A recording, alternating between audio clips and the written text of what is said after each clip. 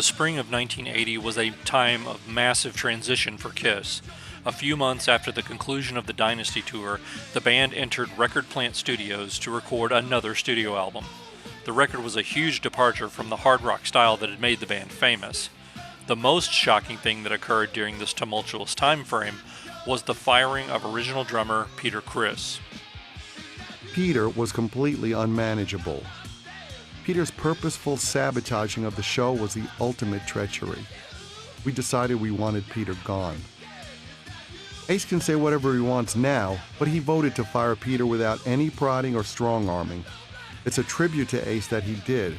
As far as my own vote, I didn't think it was cold or calculated to dump Peter. It was just survival. Was I going to let his problems drag down the entire band, and me with it? No way.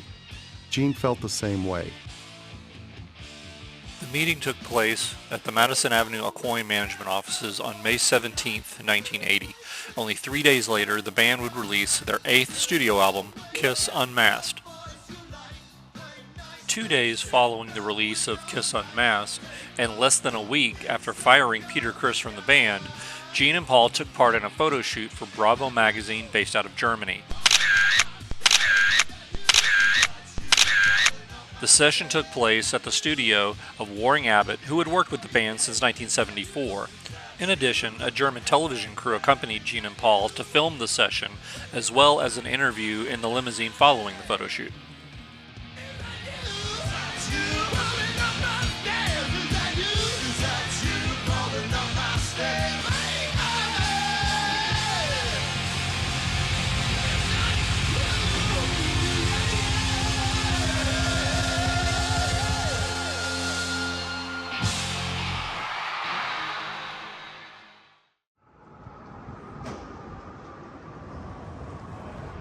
Warring Abbott's studio was located at 78 Franklin Street in Lower Manhattan.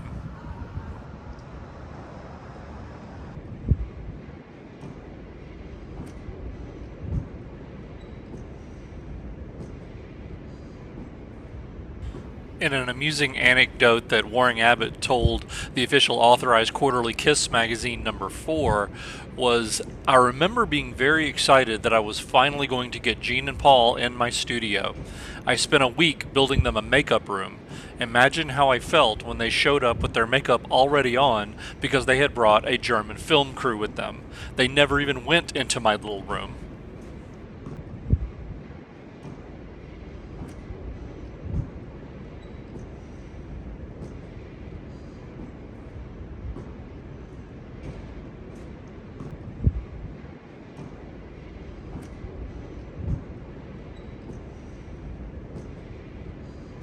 As you can see here by these photos, Warring Abbott did step outside as the band arrived to capture the moment when they arrived and got out of the limo.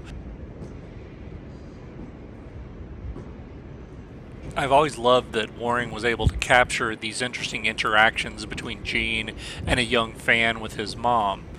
It just makes for really unique photos and something out of the ordinary that you don't always see.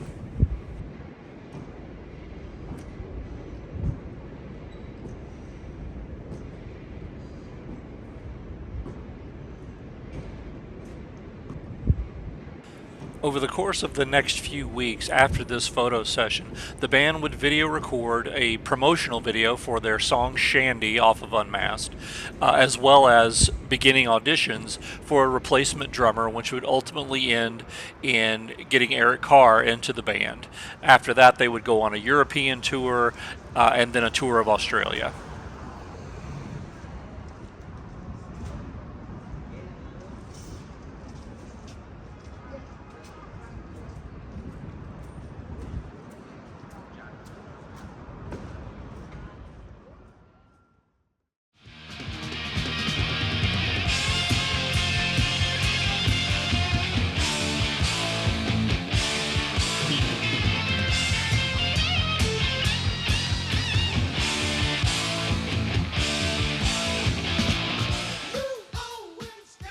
All right, thanks go out to Warring Abbott once again for capturing some more amazing Kiss history back in the day that we can enjoy today.